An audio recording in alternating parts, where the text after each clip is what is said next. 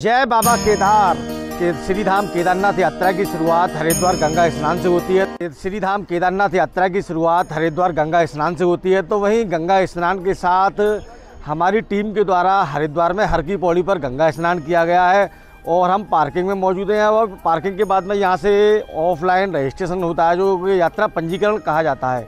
यात्रा पंजीकरण कराने के बाद में हमारी यात्रा ऋषिकेश के लिए रवाना होगी। ऋषिकेश से माँ गंगा का दर्शन करते हुए बाबा केदार के लिए दूरी तय करेंगे। और आप देख सकते हैं इस तरीके से यहाँ पर हर की पौड़ी में जो पार्किंग है दीनदयाल पार्किंग के नाम से है और इस पार्किंग में दूर दूर तक गाड़ियाँ ही गाड़ियाँ नज़र आ रही हैं।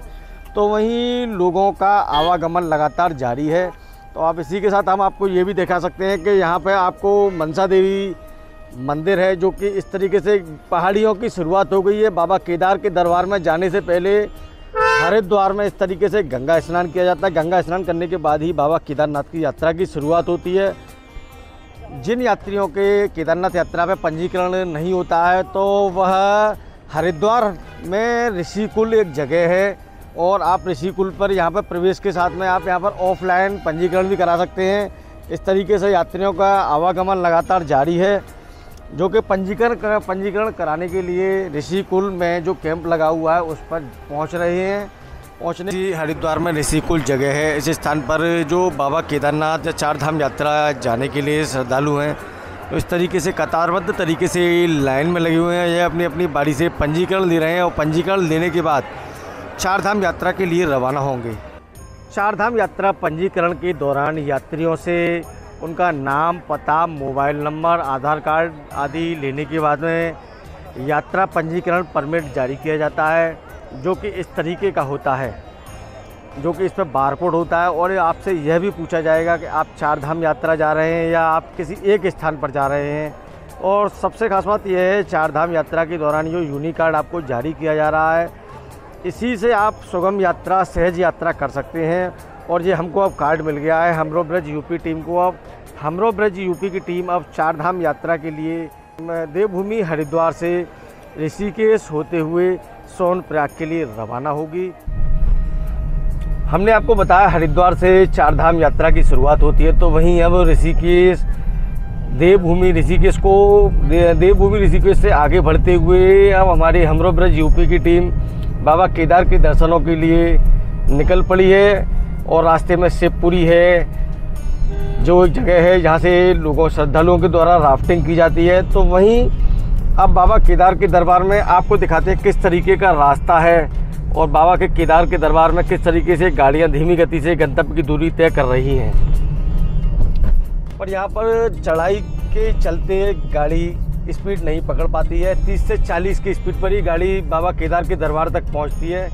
इस तरीके से बाबा केदार के दरबार जाने वाले रास्ते पर कहीं तीखे मोड़ हैं तो कहीं टेढ़े मेढ़े रास्ते भी नजर आएंगे आपको। उत्तराखंड सरकार के द्वारा यात्रा को देखते हुए मार्गों को ठीक भी किया गया है। आप देख सकते हैं डाबरीकरण भी किया गया है मार्गों पर, क्योंकि बारिश का मौसम होता है, बारिश के दौरान रास्ते खराब हो जाते हैं। तो चारधाम यात्रा को देखते हुए उत्तराखंड सरकार के द्वारा मार्गों पर डाबरीकरण का कार्य भी कराया गया है। तो वही सफ़ेद पट्टी भी जहाँ जहाँ नहीं दिख रही थी वहाँ तैयार की गई है। बाबा केदार के दरबार जैसे जैसे नज़दीक आता जा रहा है तो वैसे वैसे बाबा केदार के दरबार में चढ़ाई कठिन होती जा रही है। आप देख रहे हैं सामने बाबा केदार के लिए जाने वाला जो रास्ता है, रास्ते पर किस तरीके से घनी पहाड़ियाँ हैं तो वहीं टेढ़े मेढ़े रास्ते हैं। और इन टेढ़े मेढ़े रास्तों से ही बाबा केदारनाथ के दरबार श्रद्धालु पहुंचते हैं। तो वहीं बद्रीनाथ जी के भी दर्शन करने के लिए इन्हीं रास्तों से, गंगोत्री यमुनोत्री के दर्शन करने के लिए भी ऐसे ही रास्तों से दूरी तय करने के लिए जाना पड़ता है। हमरो ब्रज यूपी की टीम ऋषिकेश, हरिद्वार ऋषिकेश होते हुए तमाम इलाकों, पहाड़ी इलाकों को पार करते हुए अब देवप्रयाग का एक अलग ही नज़ारा है। आप देख सकते हैं इस तरीके से साइन बोर्ड लगा हुआ है। संगम नगरी देवप्रयाग में आप सभी का स्वागत किया जाता है। यहाँ आने वाले श्रद्धालुओं के लिए उत्तराखंड सरकार की ओर से साइन बोर्ड लगाया गया है। तो साथ ही यहाँ पर आपको एक अलौकिक नज़ारा भी दिखाते हैं कि यहाँ पर किस तरीके का एक अलौकिक नज़ारा है। और जो केदारनाथ जाते समय हमारी टीम देवप्रयाग पहुंची, तो देवप्रयाग में हमने आपको यहाँ का एक अलौकिक नज़ारा दिखाया। तो वहीं इसी के साथ हम अब आपको एक नई चीज़ दिखाने जा रहे हैं कि आपको दो धाराएं दिख रही होंगी, जिसमें एक नीले रंग का जल है तो वहीं दूसरी तरफ थोड़ा मटीले रंग का जल है। अब लोगों की माने तो एक नदी यहाँ पर अलकनंदा जो कि नीली धारा में बह रही है, तो वहीं दूसरी ओर जो मटीले से वाइट सफ़ेद रंग में भागीरथी नदी है, जो यहाँ पर देवप्रयाग यानी देवप्रयाग देवभूमि में देवप्रयाग एक ऐसा स्थल है, यहाँ पर दोनों नदियों का आपस में मिलन हो रहा है और यहाँ पर इसे संगम भी कहा जाता है। और इस स्थान का नाम देवप्रयाग इसलिए रखा गया है पौराणिक मान्यताओं के अनुसार कि यहाँ पर दो नदियों का मिलन हुआ है और देवताओं का संगम है, तो इसी स्थान का नाम इसलिए देवप्रयाग पड़ा है। और यहाँ पे आप देख सकते हैं कि माँ भागीरथी कितनी शांत है, तो वहीं अलकनंदा तेज झरझर झरझर की आवाज़ के साथ में बहती हुई नज़र आ रही है देवप्रयाग में।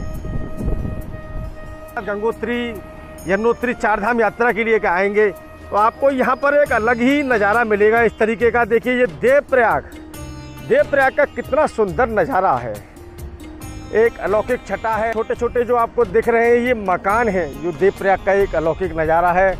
और देवप्रयाग में एक ये यूनिवर्सिटी भी है, जो आपको सामने बड़ी सी बिल्डिंग नज़र आ रही है, ये देवप्रयाग है।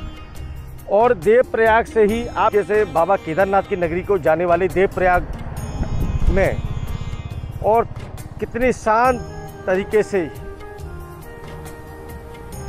यहाँ पर माँ गंगा बह रही हैं।